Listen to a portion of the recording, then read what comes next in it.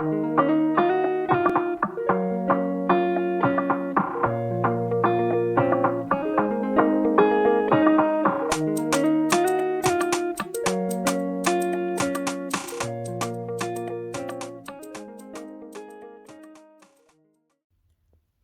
now. God's message to humanity. Principle number 1. Be honest.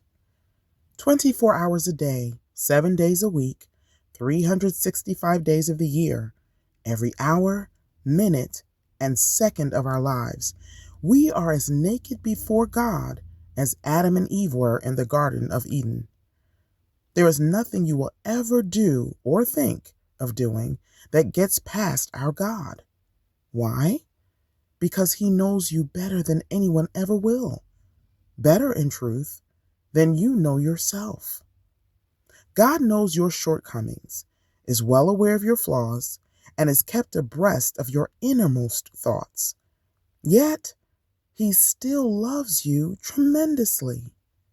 He fashioned and formed you to fill a void in the earth, to right a wrong, to be king over the thing He has anointed, appointed, and sent you to accomplish. Big plans, right? So what happened? Fear happened. It is a harsh reality, but no less true.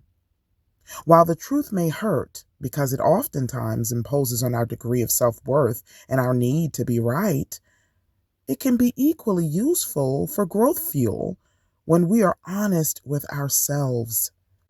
The key to this transition is to look at the soil of your heart and inspect the seeds that were sown there. Once each seed is properly tested and treated through God's love, you will need to water the soil, nurturing the seed with the word to protect it from future contamination. With this thought of seed and soil in mind, we'll approach this principle of honesty in Genesis chapter 2, verses 16 and 17, and chapter 3, verses 4 through 12. And the Lord God commanded the man, saying, Of every tree of the garden you may freely eat, but of the tree of the knowledge of good and evil you shall not eat. For in the day that you eat of it, you shall surely die. Then the serpent said to the woman, You will not surely die. For God knows that in the day you eat of it, your eyes will be opened, and you will be like God, knowing good and evil. So, when the woman saw that the tree was good for food, that it was pleasant to the eyes, and a tree desirable to make one wise, she took of its fruit and ate. She also gave to her husband with her, and he ate. Then the eyes of both of them were opened, and they knew that they were naked. And they sewed fig leaves together and made themselves coverings.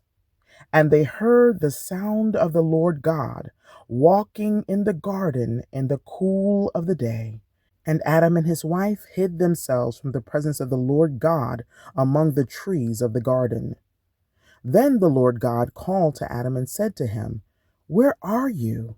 So he said, I heard your voice in the garden, and I was afraid because I was naked, and I hid myself. And he said, Who told you that you were naked? Have you eaten from the tree of which I commanded you that you should not eat? Then the man said, The woman whom you gave to be with me, she gave me of the tree, and I ate. And the Lord God said to the woman, What is this you have done? The woman said, The serpent deceived me, and I ate. To understand God's purpose for Adam, whose name means humanity in Hebrew, and Eve, whose name means life, you can clearly see how their disobedience derailed them, along with all of humanity, from God's plan to reflect His kingdom and character here in the earth. God offered them love, abundance, and communion in His divine presence, lovingly releasing the command to produce fruit and to have dominion over everything except humanity on earth, with only one stipulation: they could not eat from the tree of the knowledge of good and evil. He not only told them not to do it, he also told them why they should not do it: because they would surely die. The serpent, on the other hand, offered them a lie, saying, "You will not surely die." Adding insult to injury, he twisted God's intent to protect them and accused him of being selfish and elusive instead. As a result of Adam and Eve accepting the serpent's offer, they sent a prideful message that what God offered was not enough and what they had found was better.